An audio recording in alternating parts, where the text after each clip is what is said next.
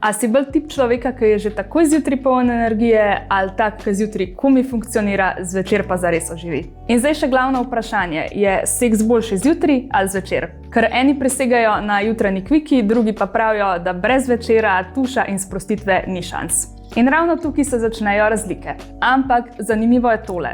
To ni samo stvar okusa ali pa navade. Veliko bolj je odvisno od tvojega telesa, od hormonov, energije in tega, kako poteka tvoj dan.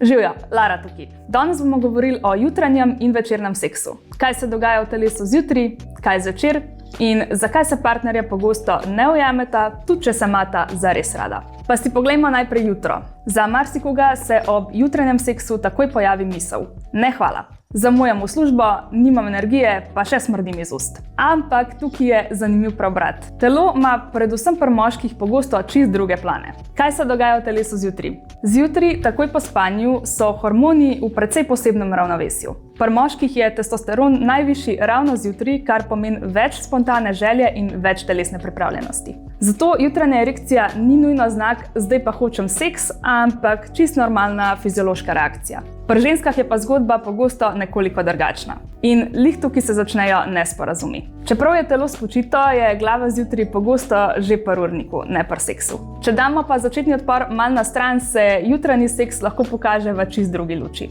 Ko jutranji seks teče, ima zelo poseben vibe. Ker se zgodi še preden se vklopi tisti del možganov, ki analizira, je jutranji seks pogosto bolj spontan in manj obremenjen. Ni toliko razmišljanja, ni pričakovanj, ni scenarijev. Veliko parov ga opisuje kot bolj spontan, bolj igriv, bolj nežen. In še ena stvar, ki je pogosto spregledana, jutranji seks sprosti tudi endorfine in zboljša razpoloženje za čez cel dan. Dobesedno nekaterim bolj pomaga kakor kava. Ampak, kot sem že prej omenila, jutro ne deluje enak na vse. In tukaj pridemo do ene zelo pomembne točke. Veliko žensk zjutraj preprosto še ni v stiku s svojo seksualno energijo. Razlogi pa so lahko zelo vsakdanji. Recimo, potrebujejo več časa, da se telo in glava uskladita, ne počutijo se še sproščeno ali pa seksi in pa glava že beži k obvezdostim. Libido pri ženskah je zelo povezan z mentalnim stanjem. Če glava še ni tam, tudi telo pogosto ne bo. In to ni zavračanje partnerja, to ni neki, da je nekaj narobe s tabo, to je samo razlika v delovanju telesa. Če jutro pogosto deluje hitro in spontano, pa je večer bolj umirjen in zavesten. Dan je za nami, pritisk popusti, telo in glava pa imata več prostora za sprostitev. In to veliko ljudem precej olajša preklop v užitek. Zvečer telo naravno prehaja v stanje sproščanja. Mišice se sprostijo, dihanje se umiri in tudi živčni sistem ni več v moram načinu. To je idealna podlaga za recimo daljšo predigro, dotik brez hitenja in tudi več povezave. In ravno zato je večerni seks pogosto bolj čuten. Večerni seks daje občutek, da imaš prostor. Ni alarma, ni časovnega pritiska, ni hitenja.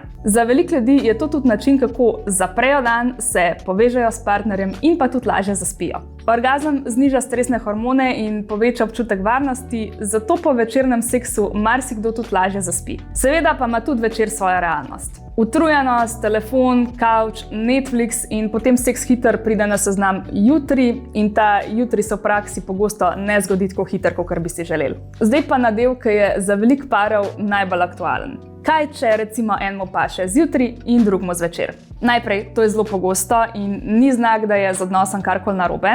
Pomembno je razumeti eno stvar. Rešitev ni v tem, da se nekdo sili, rešitev je v pogovoru in v prilagoditvi. To lahko pomeni jutranjo bližino, recimo brez pritiska za seks, ali pa večerni seks kot glavni termin, ali pa dogovor, da se včasih preprosto samo poskus. Seks ni vedno spontan. Včasih mu moraš preprosto narediti prostor in to velja tako za jutro, kot za večer. Včasih se želja pojavi šele po dotiku, ne prej. Največja napaka je čakanje na popoln trenutek. Ko to razumemo, postane jasno, da ni enega pravega odgovora.